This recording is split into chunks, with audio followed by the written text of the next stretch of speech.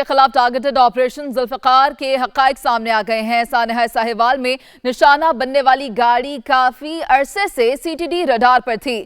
گاڑی کہاں گئی اور کس کس کے استعمال میں رہی، اہم حقائق سامنے آ گئے ہیں۔ کالعدم تنظیم کے مقاصد اور دہشت گردوں کا ڈیٹا بھی پبلک ہو گیا ہے۔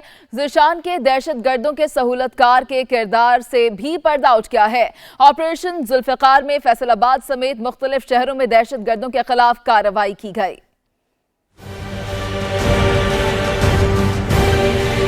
ساہیوال واقعہ آپریشن ذوالفقار کی ہی ایک کڑی تھا۔ سی ٹی ڈی اور خفیہ ایجنسیز کی جانب سے 2017 میں کالعدم تنظیم داعش کے خلاف یہ آپریشن شروع کیا گیا اور پنجاب میں داعش کے ٹھکانوں کو ختم کیا گیا۔ اس دہشت گرد گروہ کا سرغنہ عبد الرحمان اور نائب امیر عدیل حفیظ تھے۔ دیگر میں عثمان ہارون، کاشف چھوٹو، رضوان اکرم، عمران ساکی، زبیر، شاہد جبار اور سہولت کار ذیشان شامل تھے۔ یہ گروہ بہت سی ہائی پروفائل دہشت گردی کی وارداتوں میں ملوث رہا، جن میں غیر ملکی وارن وانسٹائن کا اغوا اور قتل، بریگیڈیئر ریٹائرڈ طاہر مسعود کا اسلام آباد سے اغوا، سابق چیف جسٹس تصدق حسین جیلانی کے بھتیجے انسپکٹر عمر مبین اور انسپکٹر یاسر کا قتل، اور سابق وزیر اعظم یوسف رضا گیلانی کے بیٹے علی حیدر کا اغوا بھی شامل ہے۔ 13 جنوری 2019 دہشت گرد گروہ کے نائب امیر عدیل حفیظ کو ساہیوال میں ہونڈا سٹی گاڑی رجسٹریشن نمبر LE7039 کے ساتھ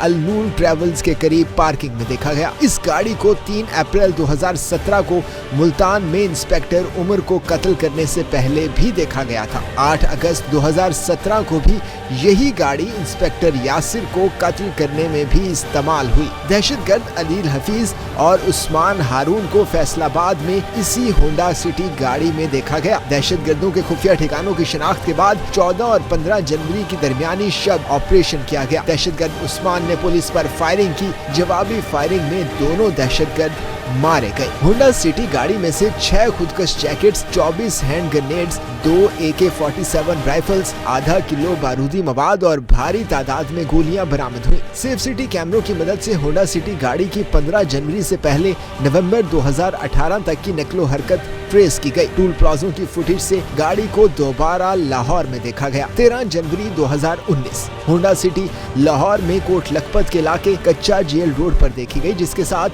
سوزوکی آلٹو نمبر LE6683 بھی تھی۔ اس سوزوکی آلٹو کو 4 بجے کے قریب کچا جیل روڈ پر دوبارہ دیکھا گیا۔ ان دونوں گاڑیوں کی مشکوک نقل و حرکت کے نتیجے میں سفید آلٹو کی تفتیش شروع کی گئی۔ 17 جنوری 2019 یہی سفید رنگ کی سوزوکی آلٹو لاہور میں چنگی امر سدو کی ایک تنگ گلی میں کھڑی پائی گئی۔ دہشت گرد عدیل حفیظ کی 12 جنوری کی سم لوکیشن بھی اسی جگہ کی ہے۔ 19 جنوری 2019 اسی آلٹو گاڑی کو صبح 9:30 بجے کے قریب مانگا منڈی سے جنوب کی جانب جاتے دیکھا گیا۔ سیف سٹی کیمروں کی فوٹیج میں گاڑی کی اگلی 2 سیٹوں پر 2 لوگوں کو بیٹھے دیکھا گیا۔ گاڑی کی پچھلی جانب بھاری سامان دیکھا گیا۔ فیصل آباد واقعے کے بعد خدشہ تھا کہ شاید دہشت گرد گروہ کے بقیہ کارندے خودکش جیکٹس اور بارودی مواد کے ہمراہ پناہ گاہ بدلنے کی کوشش میں ہیں۔ حالات کی نزاکت کو مد نظر رکھتے ہوئے سی ٹی ڈی کی تمام ٹیموں کو مطلع کیا گیا اس گاڑی کو روکا جائے۔ خودکش جیکٹس اور ہتھیاروں کی ممکنہ موجودگی کے پیش نظر